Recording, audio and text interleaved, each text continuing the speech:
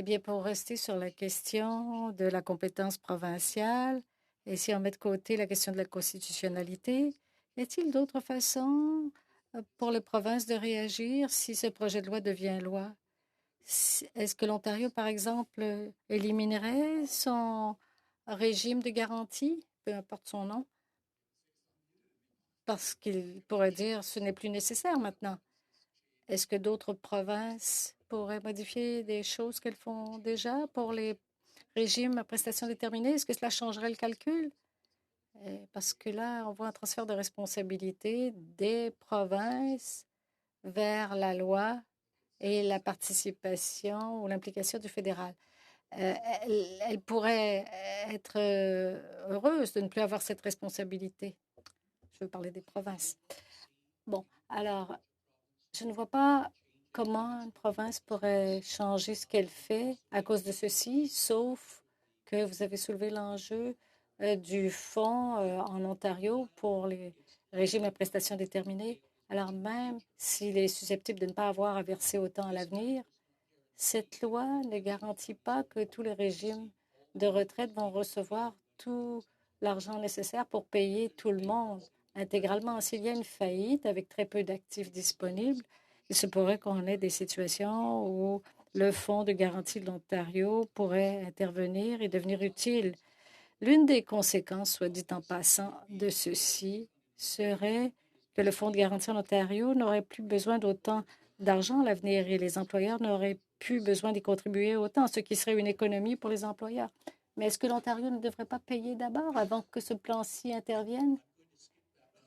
Eh bien, je vais dire simplement que je crois que c'est une question politique et je vais éluder la question.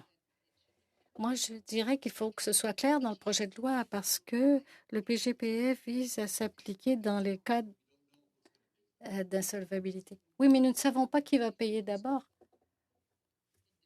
Oui, mais ça pourrait être réglé dans les différents scénarios avec l'insolvabilité. Bon, allez-y. Les législateurs vont-ils changer la façon dont ils financent les régimes de retraite? Parce que ils ont déjà modifié les cibles de financement. Alors, verront-ils ceci comme l'emportant sur leurs décisions politiques? Je ne sais pas.